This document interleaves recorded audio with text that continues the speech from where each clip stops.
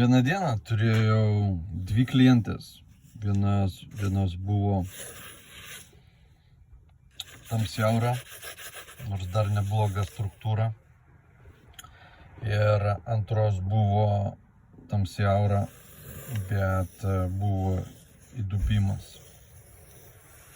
Didelis įdubimas saulės rezginio srityje ir visa aura tamsi. Ir klausimas, ką aš galiu pasakyti apie tai gero. Gero galiu pasakyti tiek, kad yra daug vietos progresui. Visa tai yra nebe mūsų pačių įtakos. Visa tai yra mūsų pačių pasirinkta forma ir tekstūra, kurioje mes gyvename, kurioje maitiname kiekvieną savo ląstelę, organą ir funkciją.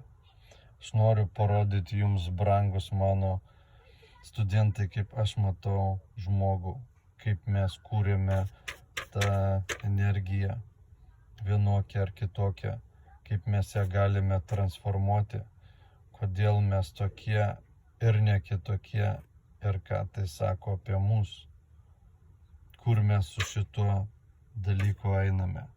Taip kad pirmin.